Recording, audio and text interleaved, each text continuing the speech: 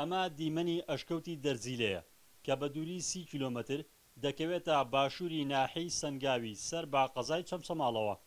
پانی ئەشکەوتەکە زیاتر لە 300 مەتر دەبێت و باقوڵی 50 مەتر لە ژێر ئاسی ڕووی زەویەوەیە.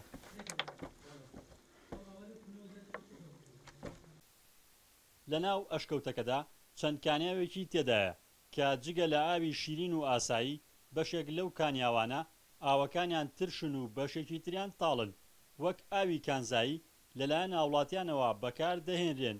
ئەم ئەشکەوتە هۆکاری ئەم ئاوە ترشە ئەوەیە کە بەشی زۆری ئەم ئەشکەوتە وەک ئەبینین هەمووی کبریتە گۆگردە مادەیەکی زەردە. ئەم مادانە لەگەڵ ئاوا تێکەڵە بن، ئاوەکە ئاوێکی زۆر ترش دەرەکە، یان ئێستا ئەگەرەمانە بەر پێست بکەوێ یان بەر چاو بکەوێ هەستەکەین هەست بە کزانە و سووربوونەوەکەین، چونکە مادەی گۆگردی تایە و حساسە بۆ پێست.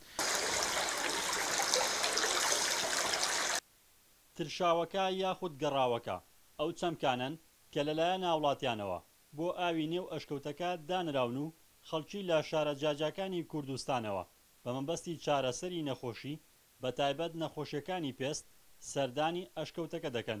بەشێکیشان ئاوی نێو ئەشکەوتەکە دەبەن و لە بازاڕ و دەرمانخانە گیایەکانی شارەکانی کوردستاندا دەیان فرۆشن.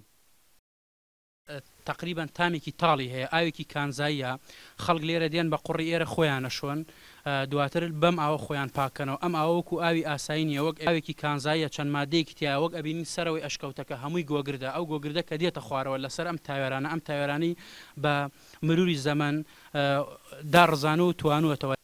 ئاوات جەمیل گەنجێکی شاری سلێمانیە و وەک خۆی دەڵێت ماوەی ساڵێکە تووشی جۆرە حەساسەتێکی پێست بووە و سەردانی چەندین دکتۆری کردووە بە مەبەستی چارەسەر، بەڵام بێسوود بووە، بۆیە بە مەبەستی خۆشۆردن هاتوۆتە ئەشکەوتی دەرزیلە.